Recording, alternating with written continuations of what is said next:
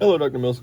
My name is Joseph Copeland, and this is my end of course presentation video on all three literary analyses. So, to start, my first literary analysis was on John Keats' To Autumn, which is a very beautiful poem. My thesis statement for this one was that Keats doesn't just celebrate the beauty of the natural world, but he acknowledges the social and emotional connections of this era of writing.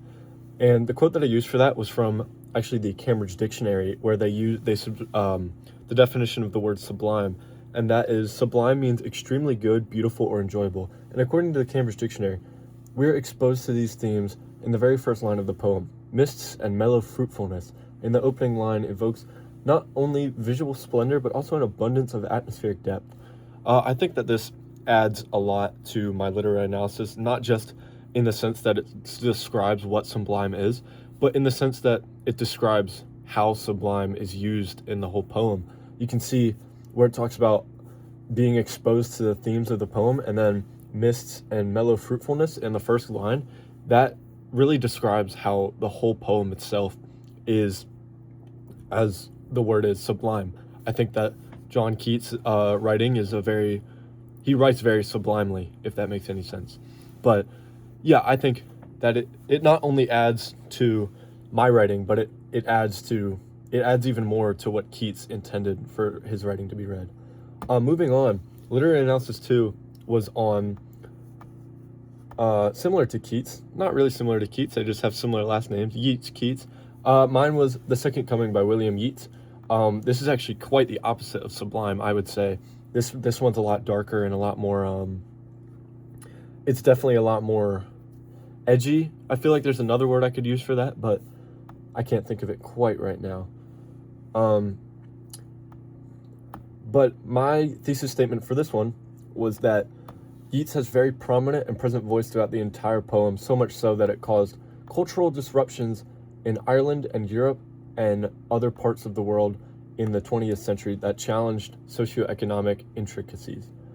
And then a quote I used was from the International Research Journal of Education, and it says, Yeats grapples with the existential anxieties unleashed by war and its aftermath. The poem opens with the iconic line, turning and turning in the widening gyre, the falcon cannot hear the falconer, things fall apart, the censure cannot hold. And I think that line from the International Research Journal of Education Technology, I think that really encapsulates, like, I think existential anxiety is one of the most perfect ways that you could describe this poem in itself.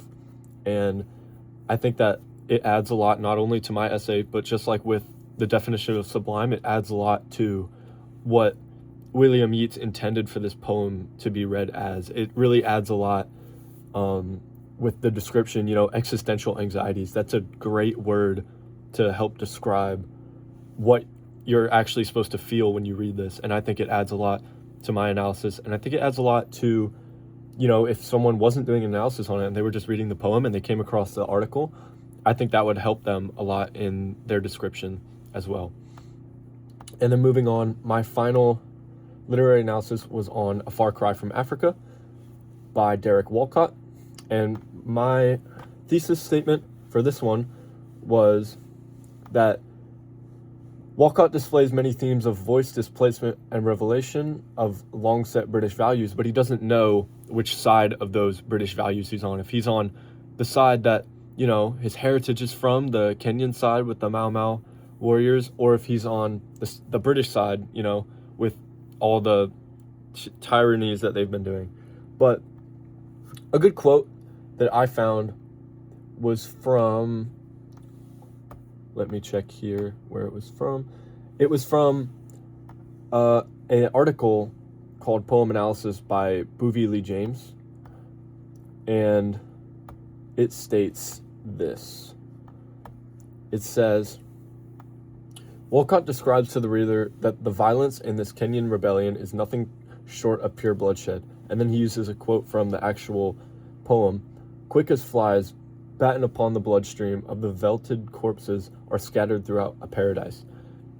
What this means is, if you dissect that, quick as flies, that's talking about the bullets flying past. batten upon bloodstreams. That's talking about all the blood that has been spilt throughout this battle, this conflict between the Kenyan warriors and the British soldiers. And then the velted corpses, obviously, those are the dead bodies of all the soldiers on both sides, and then scattered through a paradise. It's because Kenya is a very beautiful country, and I think everyone at the time knew that. And so when this whole battle was going on, the whole Kenyan area became much less of a paradise and more of a war zone. And it was just really sad to see for all the soldiers and all the residents of Kenya having to go through this. But I think this adds a lot to my analysis as well. Again, not just in the aspect that it's all about my analysis. I think that article that Lee James wrote is really critical to really breaking down this essay and this poem, because I feel like if you have that little section broken down, you can really process it better, especially if you're reading it for the first time and you're not just if you're not doing an analysis on it, you can really process it and read it and get to know the material. But that concludes my video. The course has been amazing. Thank you, Dr. Mills. It's really been fun, and I'm going to use probably most everything I've learned in the future. But yeah, just thank you for the course, and this is my final video.